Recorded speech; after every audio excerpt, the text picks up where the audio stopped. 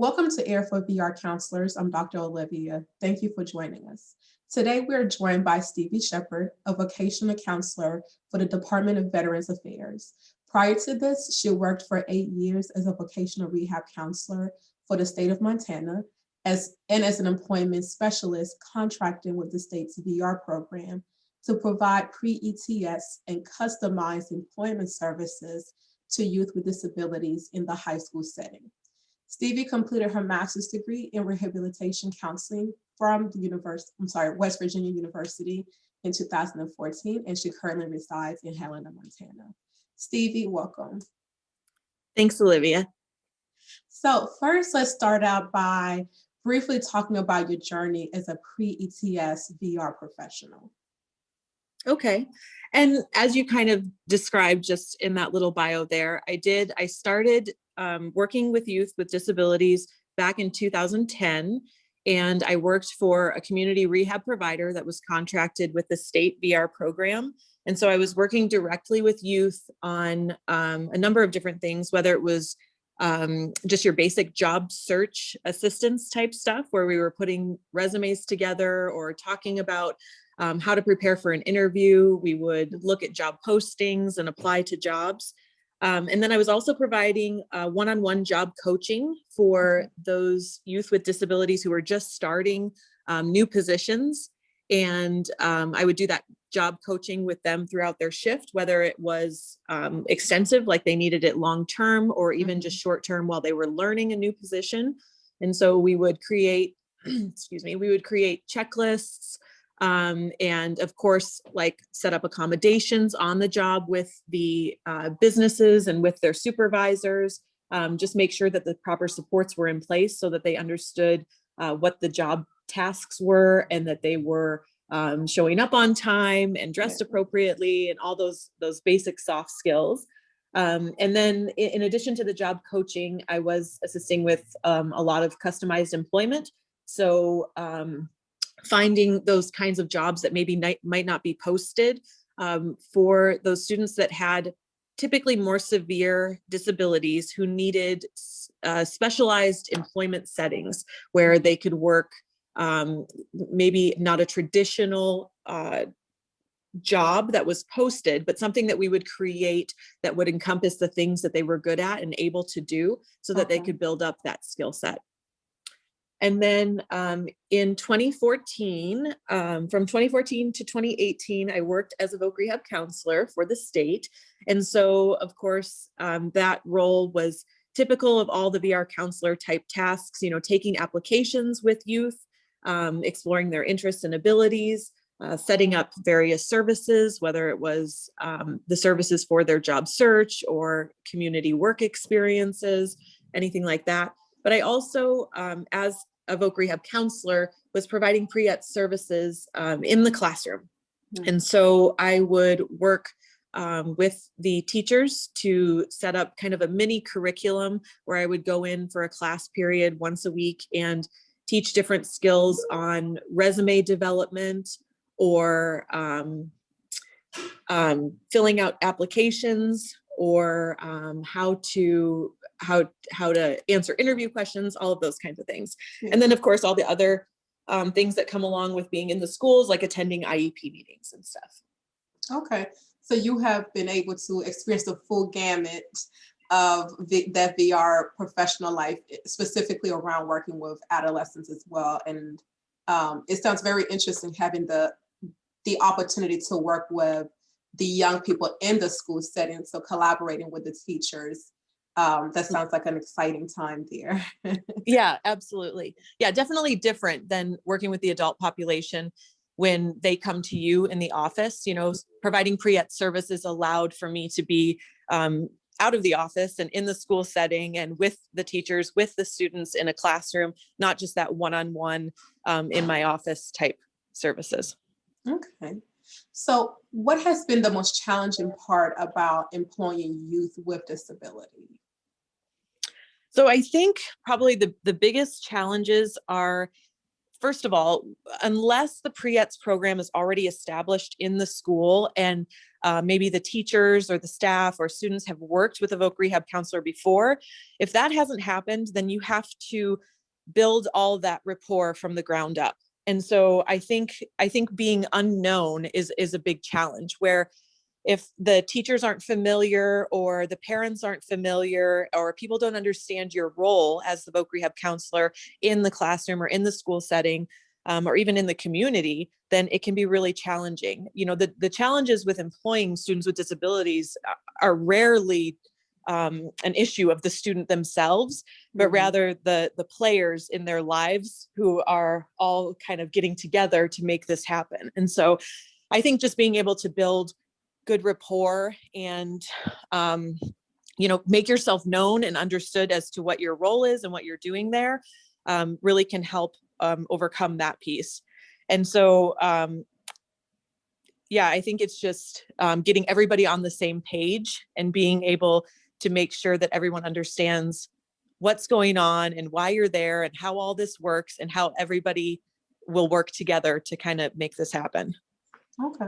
Well, and I think you bring up a really good piece, right? Because for me, again, not being a vocational rehab counselor, I didn't take into account that you do have sometimes schools that either do not have pre-ETS programs established or have good ones. So as a VR professional going in, doing that initial assessment to see how much legwork you might have to do before you can even start doing meaningful work with the young people on your caseload makes a lot of sense. So thank you for that. That's Totally. actually really great. Yep.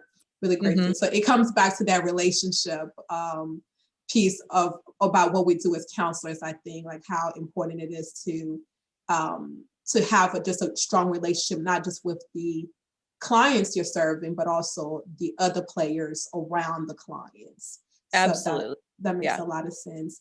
And I appreciate you highlighting the fact that the challenges you have experienced haven't been necessarily from the youth, but the adults who are part of the system. So whether in the school, maybe even like in the community, more so about those players than it is about the youth being able to maintain the employment, but really about the process of getting them employed can be the most challenging part of what VR counselors might experience.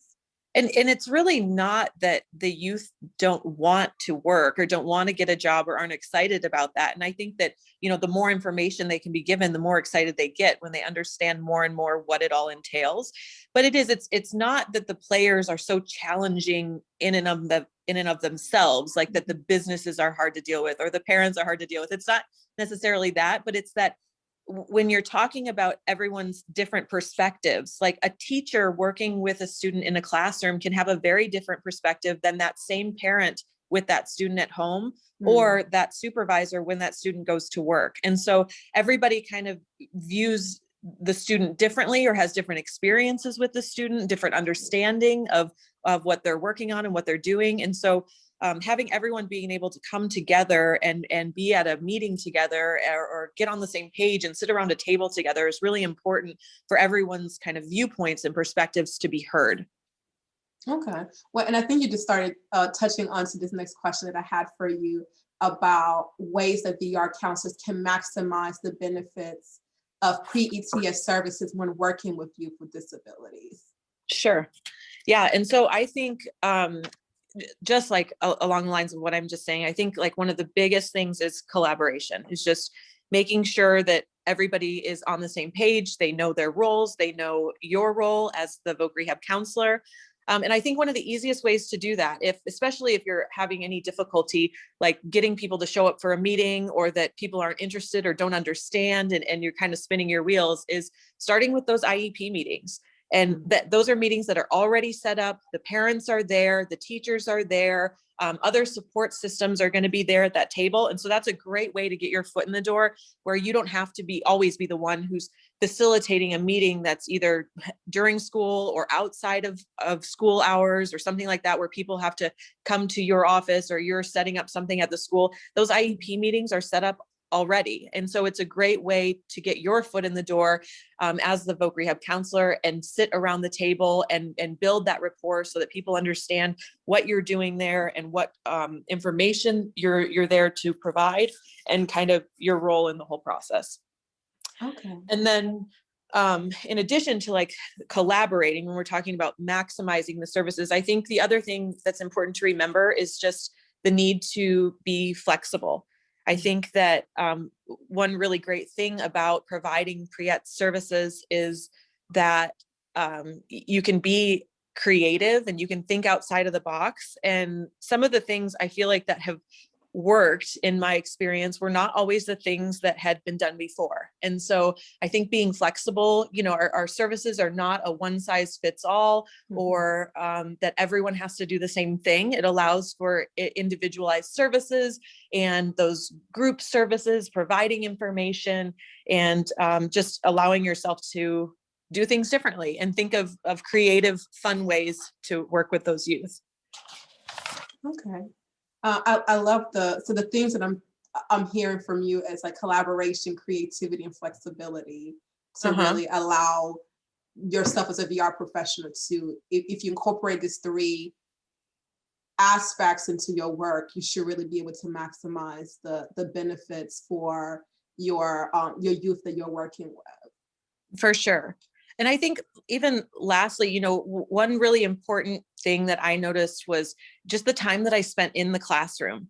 And so it was kind of the best way, I think, for me to reach students, you know, in that group setting, because the students there are comfortable in their classroom and they're comfortable with their teacher, and being surrounded by their peers, it really allowed for me to have normal conversations with them instead of just coming in and maybe providing instruction on here's a list of interview questions and here's the answers you should give.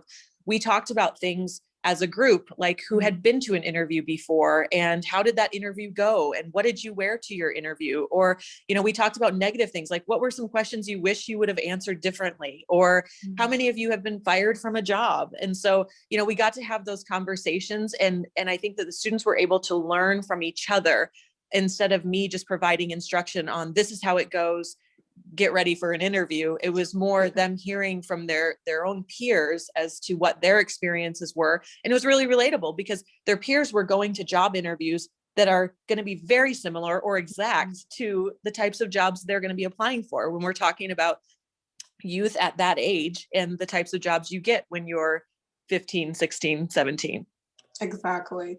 So it sounds like your recommendation is for VR counselors to go in and really tap into what's already established. So you mentioned the dynamic in the classroom between the peers, the dynamic that might already be present between the youth and the teachers, taking advantage of meetings that people already having to attend. So you're not coming in as this new person requiring for more time, right? Which is something that's usually limited from the peers, from the teachers, from other individuals, but really coming in and being an added piece instead of trying to recreate a lot of things, but really taking advantage of what's already there and maybe add aspects to it, but not having to go in and recreate things from ground up if it's not necessary. Yeah.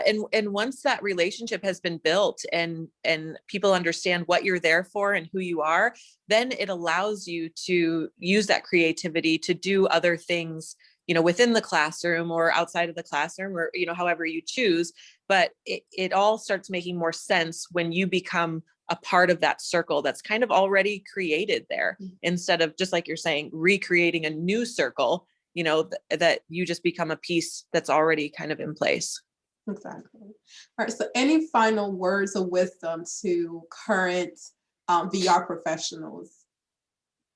Well, I think I would just say, just remember to have fun with it. I think that it's something that because there's opportunity for creativity and for growth, that you can really enjoy your time spent. And I think working with youth gives you the opportunity. There's such blank slates. And so I think it's exciting to help provide them information that they may not have heard before. And they haven't yet created biases maybe about how they think about work or types of jobs. So it's really a great time to just allow them to explore those things and try different things and learn new things and be able to even fail at things. And so, none of us are in the jobs that we first had, when we were 15, 16, 17. And so, it's don't be too hard on yourself, I guess, in thinking that everything has to work perfectly in order to be successful, because I think that there's a lot of success that happens